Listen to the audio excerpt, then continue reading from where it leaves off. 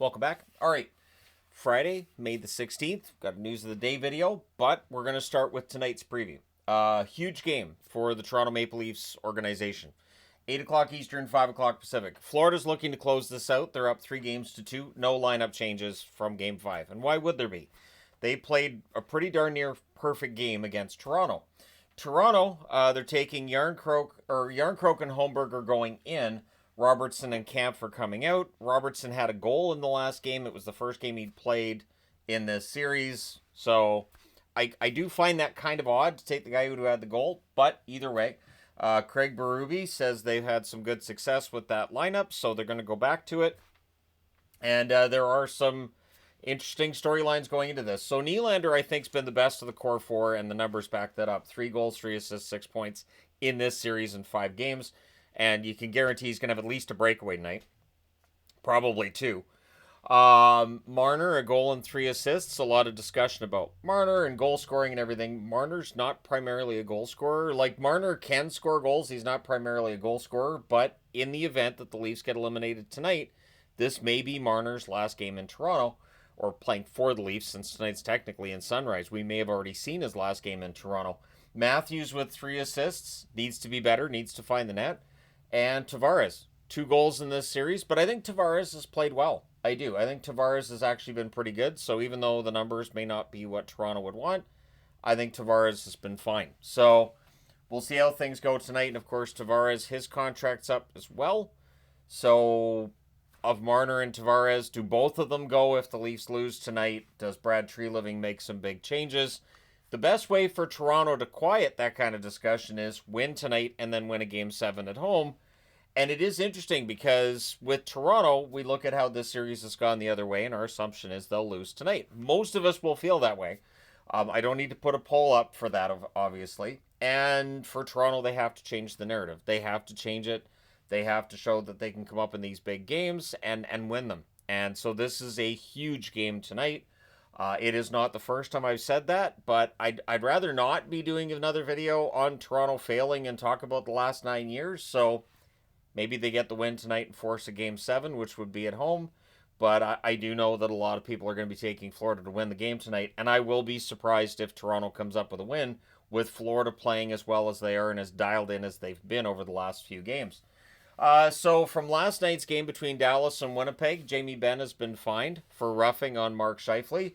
I know Dallas fans were mad that Scheifele was kicking Benn, and Benn got up, and Benn didn't like it and all this, but either way, Benn takes a fine. It's $5,000. He's easily able to afford that.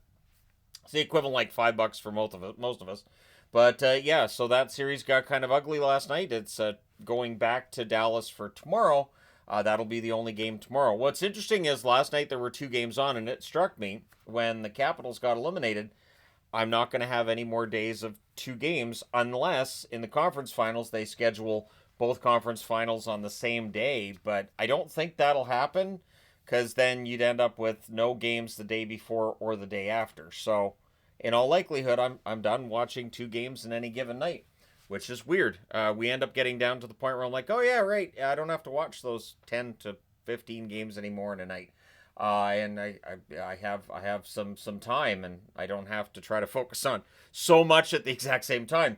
But anyways, yeah, so we'll see how the game goes tonight. We'll see how the game goes tomorrow. I'll be here to watch both. Jeremy Swayman, in an interview, not really a surprise, saying that he knows he needs to be better. The Bruins need to be better. McAvoy was talking as well. And like the Bruins have been quite clear that they know they need to be better next year. I do think that with the Boston Bruins, the question can be asked about whether it is best for them to try to make the playoffs next year or just ride this out for one more year, because next year's draft does have a pretty well thought of number 1 draft pick in it. At least at this point, McKenna's going to be the number 1 draft pick. Maybe things change between now and next June, but either way, next year's draft's considered to be pretty darn good. Minnesota news, Yurov, a 2022 first-round draft pick, drafted 24th overall. He has signed an entry-level contract with Minnesota. General manager Bill Guerin saying he wants to start him at center, also saying he understands that center is a difficult position for players to play, so he is okay with moving him to the wing if need be. but he wants to give him a look at center first.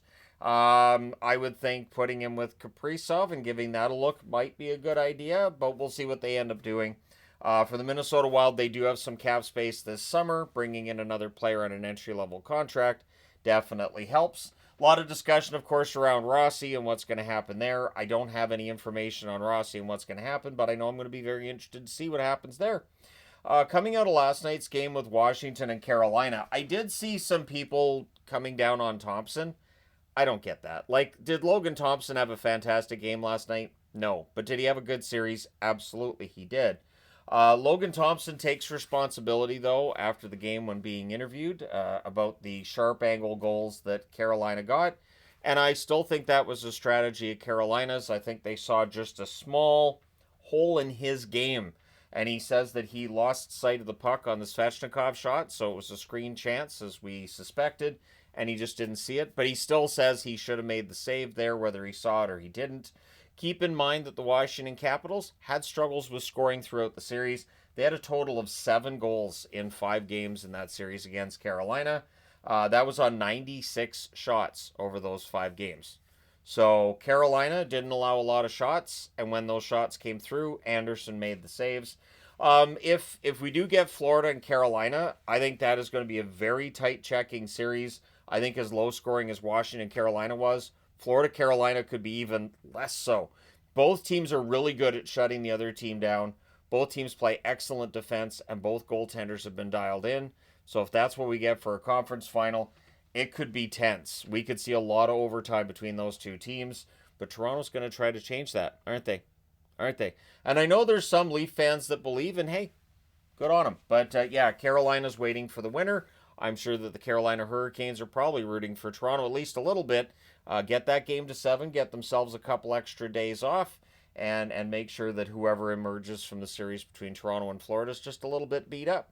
But yeah, Washington's problem, I think, was goal scoring more than anything else. Logan Thompson could have been better at points, but it was not Thompson that cost them the series. You look at the stats overall, he was very good. It really was that the offense just wasn't there. And I will talk about that when I get there in my playlist for the offseason. And tomorrow's entry in the playlist is going to be Minnesota. I'm trying to go through the teams that got eliminated in the first round in alphabetical order, and then we'll go through the second round and do the same thing. So speaking of playoffs, in the AHL last night, the Milwaukee Admirals lost to Texas 4-2. So the Texas Stars are up 1-0. Looks like they're trying to get to the next round as well, get into that Final Four. Tonight, Hershey plays against Charlotte. That's in Charlotte. That's the first game in that series. Laval and Rochester go at it in Game 2. Laval's up 1-0 in that series. And Abbotsford hosts Colorado tonight. So my wife will be in attendance for that one. And the kids as well. I will not be in attendance for that game, sadly. There is a game on Sunday as well. So in the event that Toronto gets closed out tonight, and as long as the NHL doesn't have a game suddenly show up for Sunday, which they can and they sometimes do, but if they don't, maybe I can go and see an Abbotsford playoff game live. That might be kind of fun. I haven't done that before, so maybe Sunday could be the day. Tonight in the PWHL, Montreal's trying to stay alive and force a Game 5 that would be in Montreal on Sunday. They are playing in Ottawa tonight. Ottawa leads that series 2-1. It is, of course, best of 5. And waiting for them, the Minnesota Frost, who are probably hoping that series goes to 5 as well, so that whoever emerges from that series is at the very least very tired, probably a little banged up, and Minnesota looking to win their second title in a row.